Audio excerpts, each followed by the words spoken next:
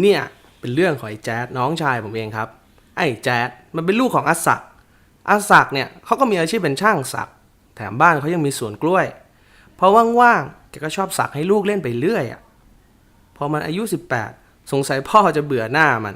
ก็เลยเฉดหัวมันออกจากบ้านให้มาเรียนต่อในกรุงเทพดูแลตัวเองด้วยล่ะตั้งใจเรียนนะครับแล้วอย่าให้รู้ว่าติดหญิงล่ะถึงแล้วโทรหาพ่อด้วยครับโอเคลูกไปแล้วพ่อครับลูกไปแล้วเรื่องราวของมันก็เริ่มขึ้นจากตรงนี้แหละครับ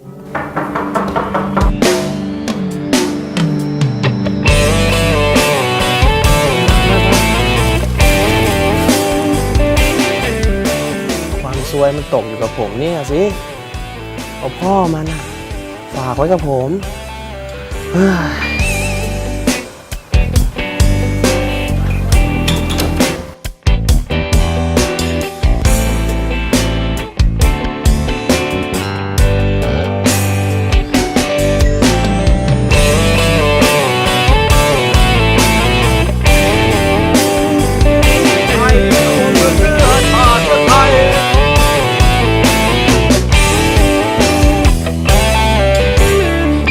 เจอเธอนั้นมันทำให้ฉันควบคุมหัวใจไม่ได้มองทีเดียวก็รู้ว่าใช่รู้ไหมแค่เพียงสบตาก็ทำให้คนคนหนึ่งบ้าบอและคิดไปไกลยิ้มของเธอเพียงนิดทำให้ความคิดของฉันนั้นมันเตลิดคนอะไรยิ่งดูยิ่งใช่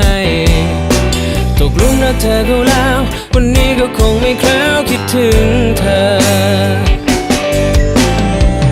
ตั้งแต่เราพบกัน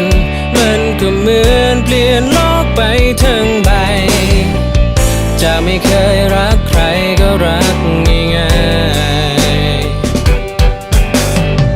ๆอยากจะลองรบกวนชวนมาใช้ชีวิตรวมกันไหมก่อนที่คนคนหนึ่งจะขาดใจเพราะเพราะถ้าเธอไม่รักวันนี้ก็คงจะทนไม่ได้ทุกคืนฉันแทบคลั่งตายทุรนทุรายที่มันทำได้เพียงละเมอได้โปรดสักครั้งให้ฉันเข้าไปที่ใจของเธอมันยินดีนำเสนอหัวใจที่พร้อมปลนเปลือยให้เธอผู้เดียวนอนก็ไม่เคยนอนจะกินอะไรก็กินแทบไม่เคยได้ฟังแล้วอาจจะดูมันเวอร์Facebook โซเชียลออนไลน์ที่โพสต์ไปแบบเพิ่มเพอเพราะเธอคนเดียวนั้นไงยิ้มของเธอเพียงนิดทำให้ความคิดของฉันนั้นมันเตลิดคนอะไรยิ่งดูยิ่งใช่ตกหลุมรักเธอเขาแล้วคืนนี้ก็คงไม่แคล้วคิดถึงเธอ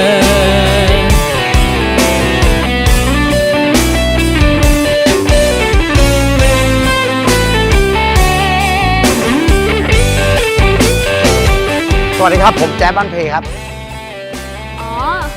จำได้ที่เคยเขียนหน้าเราสเลเลยจำผมได้ด้วยครับค่ะทำอะไรอยู่ครับเนี่ย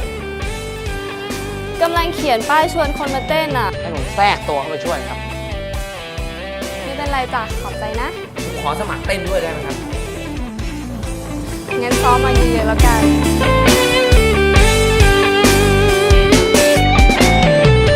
ตั้งแต่เราพบกันมันก็เหมือนเปลี่ยนโลกไปทั้งใบจะไม่เคยรักใครก็รักง่ายๆอยากจะลองรบกวนชวนมาใช้ชีวิตรวมกันไหมก่อนที่คนคนหนึ่งจะขาดใจเพราะถ้าเธอไม่คงจะทนไม่ได้ทุกคืนฉันแทบคลั่งตายทุรนทุรายที่มันทำได้เพียงละเมอได้โปรดสักครั้งให้ฉันเข้าไปที่ใจของเธอมันยินดีนำเสนอ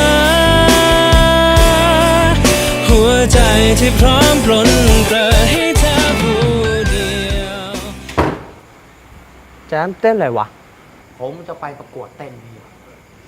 แ ต้นลอกเขาเรียนแบบเขามันจะไปได้อะไร คิดแบบของตัวเองดิรูปแบบตัวเองอ่ะ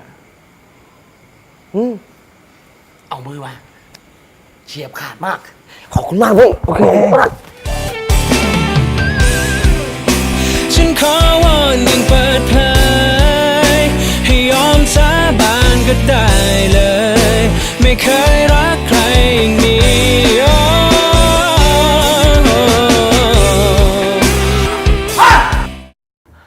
สวัสดีครับ ผมแจ๊ดบ้านเพครับ วันนี้ยินดีนำเสนอให้กับพี่เมย์ครับมิวสิก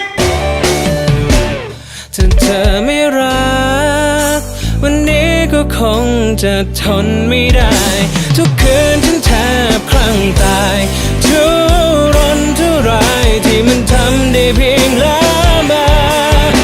ได้โปรดสักครั้งให้ฉันเข้าไปที่ใจของเธอ มันยินดีนำเสนอหัวใจที่พร้อมปรนเปรอให้เธอผู้เดียว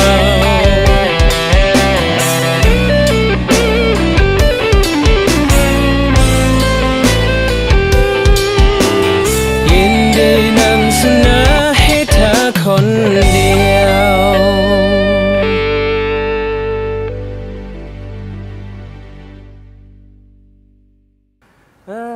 ไอ้นี่แย่งอาชีพกูแล้ว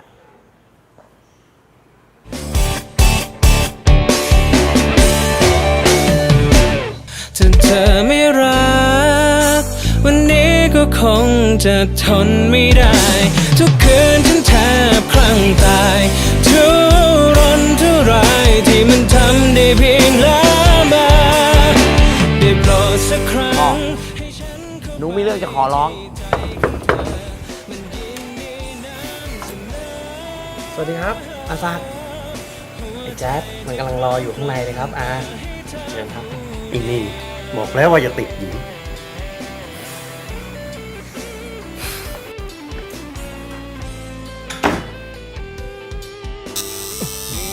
นั่นแหละ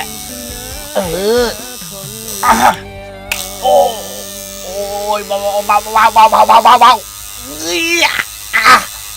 โอ้ย ถ้าเธอไม่รักวันนี้ก็คงจะทนไม่ได้ ทุกคืนฉันแทบคลั่งตายทุรนทุรายที่มันทำได้เพียงละเมอได้โปรดสักครั้งให้ฉันเข้าไปที่ใจของเธอ มันยินดีนำเสนอหัวใจที่พร้อมปรนเปรอให้เธอผู้เดียว ถ้าไม่อยากพลาด MV ของโบ๊ทแล้วก็ฟูนะครับผมแล้วก็ศิลปินในค่าย Yes Music นะครับผมกด subscribe ได้เลยครับ